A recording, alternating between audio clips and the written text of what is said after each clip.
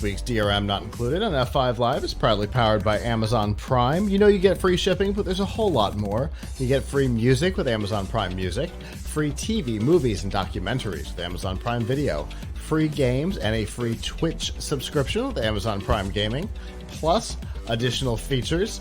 Right now, we've got a 30-day free trial, the ability to give it as a gift, plus links to these features and more, all in one convenient place by going to f5live.tv/prime.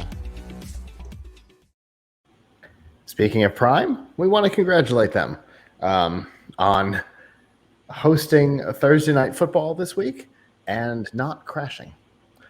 And while that doesn't seem like it would be that big of an accomplishment, in the recent industry, it is. CBS All Access, now Paramount Plus, collapsed during Super Bowl 2021. HBO Max collapsed during the premiere of House of the Dragons. Is that the name of it? Just a couple of weeks ago. And so, in reality, Amazon Prime Video being able to survive their first Thursday Night Football NFL broadcast is way more impressive than, well, certainly more impressive than the broadcast itself, but that's neither here nor there. The fact that it never went down is a positive for the industry. We know that more things want to go this direction. We've seen all kinds of high-profile failures just in the last year and a half or so. So for Amazon to be able to pull this off is pretty great in all reality. But they are one level of abstraction closer to the technology than everybody else is, right? Because AWS belongs to them. Exactly. We know from the outage a couple of years ago that Netflix uses AWS. So everybody from Netflix down to the Daily Wire, like everybody in the streaming space seems to be using AWS, but they are a whole level of abstraction away from the hardware than Amazon is, because they are the A in AWS. So they have more direct access. They can scale things up and down faster. They don't need manual intervention for most of this, because they can write their own stuff behind the scenes to scale stuff up and down based on demand. Now, does that mean that everybody needs to build their own data centers and their own cloud infrastructure? No. But it is interesting that they are the ones that had this success, being closer to the hardware. There's got to be stuff that can be done to prevent this, because it's never a good look, right? Whether you're Paramount or you're what were we just talking about, HBO, it's never a good look when your system just totally collapses under the weight of an audience that you have cultivated. Yeah, I mean it's embarrassing when you can't deliver. So, I mean, I guess good for them in doing what they're supposed to do, but it's not like they haven't had experience. True.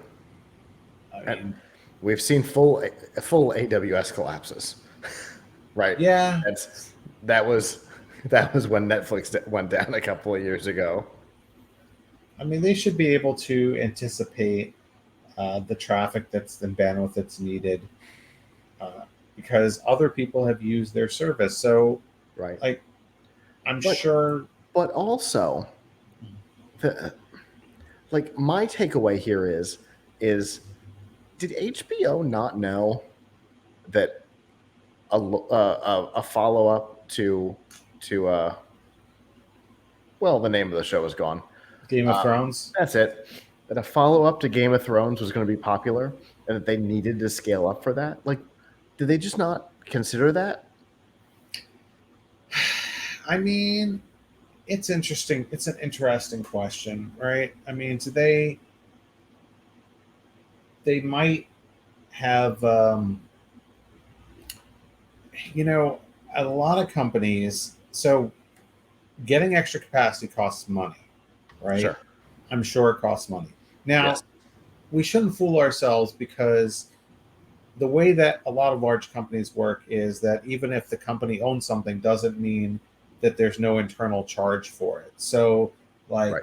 you know, the Amazon Prime division might be separate from the AWS Mhm. division, and therefore, if they want more bandwidth, they might have to, I don't know, buy it They from internally. they 100% show charges across divisions like that.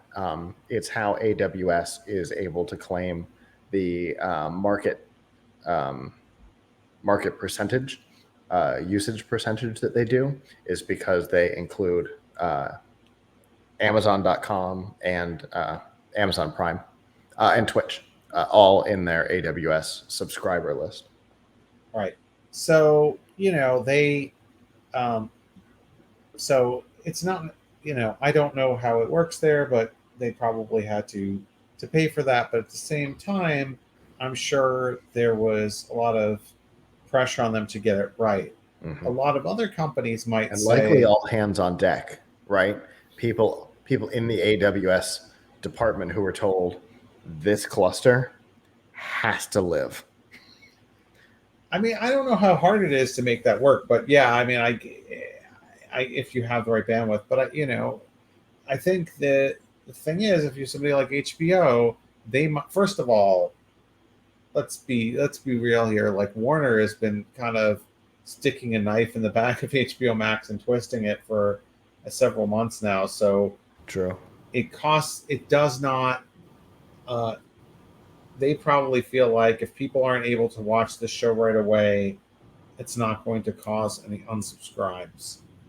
Whereas a live event like a football game True. is going to be embarrassing, Yeah. uh, if if they see an outage during a live event. So Like CBS. yes, and and CBS does not have the streaming credentials that Amazon does. Sure. So Sure. yeah, I And mean, their infrastructure was like, 8 minutes old when when the Super Bowl was streamed on CBS All Access in 2021. That it was infant at best at that point, as opposed to Amazon Prime Video, which at this point is a decade old. They've been in it with this infrastructure for a while now, and CBS was kind of nothing at that point. So much so that, as we know, they changed the name to get away from the yeah. feeling So of CBS All Access. so I think we'll. I'm not surprised. Yeah, yeah, me too. But I'm happy to see it. I'm happy to see a big event finally not collapse under its own weight.